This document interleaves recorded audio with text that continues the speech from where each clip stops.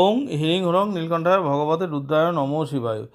আমি জ্যোতিষী শ্রী শীতল কুমার। আজকের বিষয় কর্কট রাশিফল মে 2024।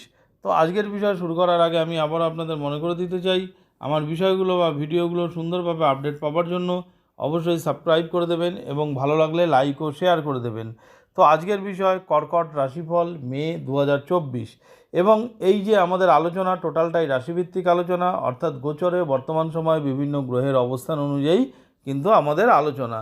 তো যাই হোক, আমরা সবার প্রথমে এই রাশির জাতক বা জাতিকাদের শরীর স্বাস্থ্য নিয়ে আলোচনা করব, তারপরে আমরা এডুকেশন বা পড়াশোনার ব্যাপারটা আলোচনা করব, আমরা প্রেম প্রণয়, দাম্পত্য রিলেশন, ব্যবসা বাণিজ্য, ভাগ্য, কর্ম বা চাকরি বাকরি এই সমস্ত ব্যাপার নিয়ে আলোচনা করব। তো সবার প্রথমে আমরা এই রাশির জাতক বা জাতিকাদের গ্রহের পজিশনগুলো জেনে নেব। সেই ক্ষেত্রে কর্কট রাশিকে ফার্স্ট হাউস ধরলে ফার্স্ট হাউসে কোনো গ্রহ নেই।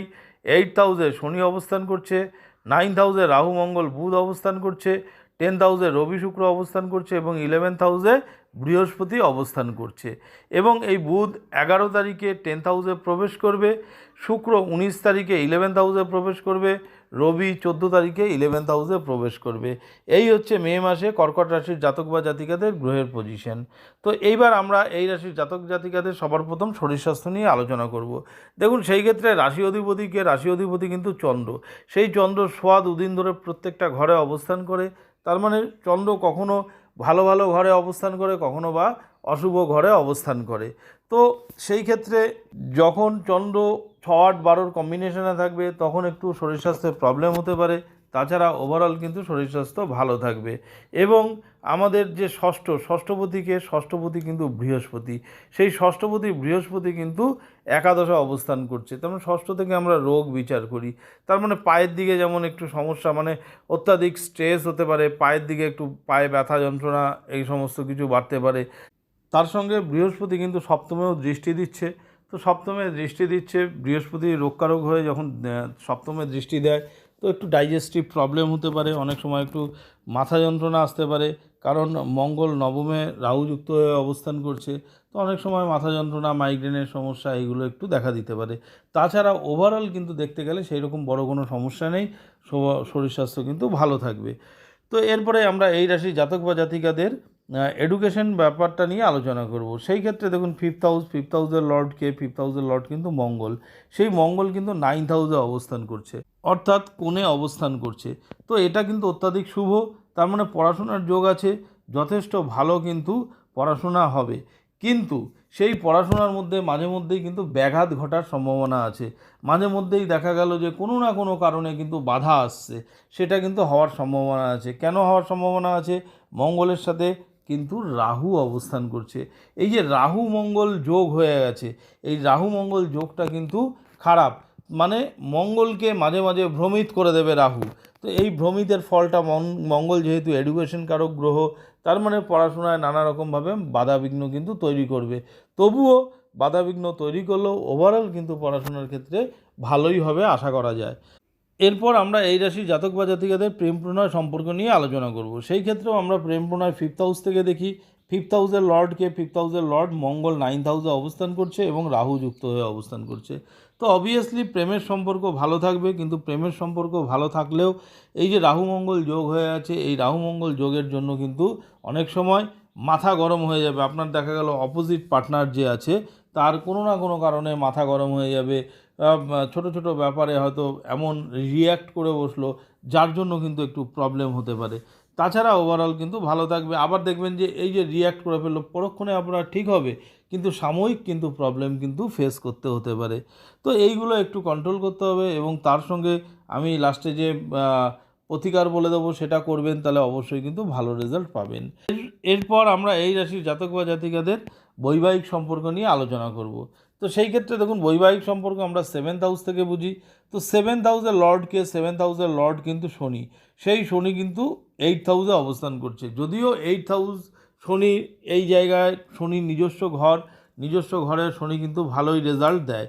তো সেই দিক থেকে বলতে গেলে বৈবাহিক সম্পর্ক, যেহেতু শনি নিজের ঘরে অবস্থান করছে, বৈবাহিক সম্পর্ক কিন্তু ভালো থাকার কথা। তার সঙ্গে বৃহস্পতির শুভ দৃষ্টি কিন্তু পড়ছে 7th হাউসে। তো গুরু যখন 7th হাউসে দৃষ্টি দেয়, সেই দিক থেকে বলা যেতে পারে যে বৈবাহিক সম্পর্ক ভালো থাকবে। কিন্তু এই যে কর্কট রাশির জাতক বা জাতিকাদের কিন্তু শনির ধাইয়া চলছে। এই যেহেতু শনির ধাইয়া চলছে, তো সেহেতু যদি আপনার যে জন্মকালীন যে ছক জন্ম সময় দিয়ে তৈরি করা হয়, সেইখানে যদি শনির পজিশান খারাপ থাকে, তাহলে কিন্তু দেখা গেল যে বৈবাহিক সম্পর্কের ক্ষেত্রে কিন্তু একটু নেগেটিভ রেজাল্ট কিন্তু দেখা দিতে পারে। নচেত গোচর অনুযায়ী কিন্তু সম্পর্ক দেখা যাচ্ছে যে ভালো থাকার সম্ভাবনা আছে। তো এরপরেই আমরা এই রাশির জাতক বা জাতিকাদের ব্যবসা বাণিজ্য নিয়ে আলোচনা করব। সেই ক্ষেত্রে দেখুন, ব্যবসা বাণিজ্যকারক গ্রহকে ব্যবসা বাণিজ্যকারক গ্রহ সেভেন্থ হাউসের লর্ড শনি, সেই শনি অষ্টম ঘরে আছে, নিজস্ব ঘরে আছে। তো নিজস্ব ঘরে আছে শনি, অবশ্যই ভালো ফল দেবে। ব্যবসা বাণিজ্য আশা করা যায় ভালো হবে। সেই সঙ্গে ইন জেনারেল ব্যবসা বাণিজ্যকারক গ্রহ বুধ, সেই বুধ কোথায় রয়েছে? সেই বুধ কিন্তু নবম স্থানে রয়েছে। কিন্তু নবম স্থানে থাকলেও সে কিন্তু রাহু যুক্ত হয়ে আছে। যেহেতু রাহু যুক্ত হয়ে আছে, মাঝে মধ্যে ব্যবসার ক্ষেত্রে দেখা গেল আপনি যখন কোনো মতামত প্রকাশ করবেন, সেটা একটু বুঝে শুনে প্রকাশ করবেন, নাহলে কিন্তু প্রবলেম হতে পারে। কিন্তু 11 তারিখে যখন 10th হাউসে বুধ প্রবেশ করবে, তো আশা করা যায় সেই সময় থেকে কিন্তু আপনার ডেলি ইনকামের বৃদ্ধি পাবে, আয় উন্নতি কিন্তু সেই সময় বাড়বে। তো ওভারঅল দেখতে গেলে ব্যবসা বাণিজ্য মোটামুটি অ্যাভারেজ 75% কিন্তু ভালোই কিন্তু শো করছে। তার সঙ্গে দেখুন, ব্যবসা বাণিজ্য করতে গেলে বা কর্ম যে কোনো কিছু করতে গেলে ভাগ্য অবশ্যই প্রয়োজন।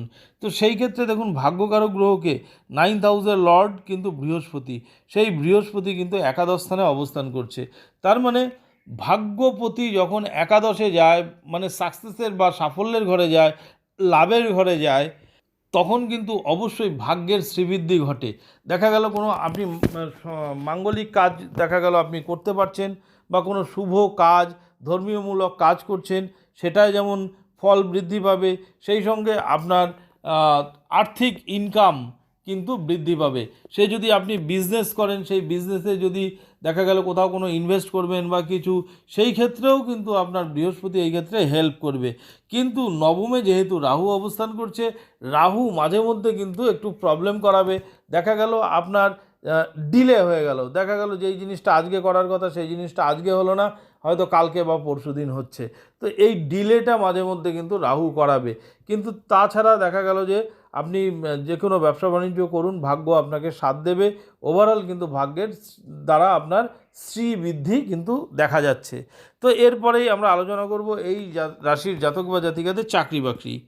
তো সেই ক্ষেত্রে দেখুন, কর্মকারক গ্রহ কিন্তু মঙ্গল, কারণ আমরা 10th হাউস থেকে চাকরি বাকরির ব্যাপারটা বুঝি। তো 10th হাউসের লর্ড মঙ্গল, সেই মঙ্গল কিন্তু নবম স্থানে রয়েছে। তো যেহেতু 10th হাউসের লর্ড মঙ্গল সে নবম স্থানে রয়েছে, অবশ্যই চাকরির ক্ষেত্রেও কিন্তু পজিটিভ দিক দেখা যাচ্ছে। তো চাকরির ক্ষেত্রে কিন্তু উন্নতি আশা করা যায়। তার সঙ্গে আপনার নবম স্থান মানে ভাগ্যস্থানে রয়েছে, তো অবভিয়াসলি কর্মক্ষেত্রে কিন্তু আপনার উন্নতি হবে, এবং আপনি সাহসের সাথে, আপনি জোশের সাথে আপনার কিন্তু কর্ম আপনি সম্পন্ন করতে পারবেন। সেই সঙ্গে আপনার কর্মক্ষেত্রে সাকসেস বা সফলতাটাও আসবে, কারণ বৃহস্পতি ভাগ্যকারক গ্রহ, সেই বৃহস্পতি কিন্তু একাদশ স্থানে রয়েছে। একাদশ স্থানে থাকার জন্য কিন্তু অবশ্যই সেই কর্মক্ষেত্রেও কিন্তু আপনার সাফল্য আসবে। তবে মনে রাখতে হবে, রাহু যেহেতু নবম স্থানে রয়েছে, হয়তো একটু ডিলে হবে, হয়তো কর্মস্থানে আপনার একটু শত্রুতা বাড়তে পারে। দেখা গেল যে আপনার কলিগদের থেকেও হয়তো আপনার উন্নতিতে তারা জেলাসি ফিল করতে পারে। এই যে জেলাস ফিল করবে, তার জন্য একটু প্রবলেম ক্রিয়েট করতে পারে। কখনো কখনো একটা মনে আপনার শঙ্কা তৈরি হতে পারে, কখনো কখনো মনে একটা টেনশন তৈরি হতে পারে। কিন্তু টেনশন তৈরি হলেও আপনি নিশ্চিন্ত মনে কর্মের দিকে মনোযোগ দিন, দেখবেন যে আপনার কর্মে উন্নতি কিন্তু হবেই।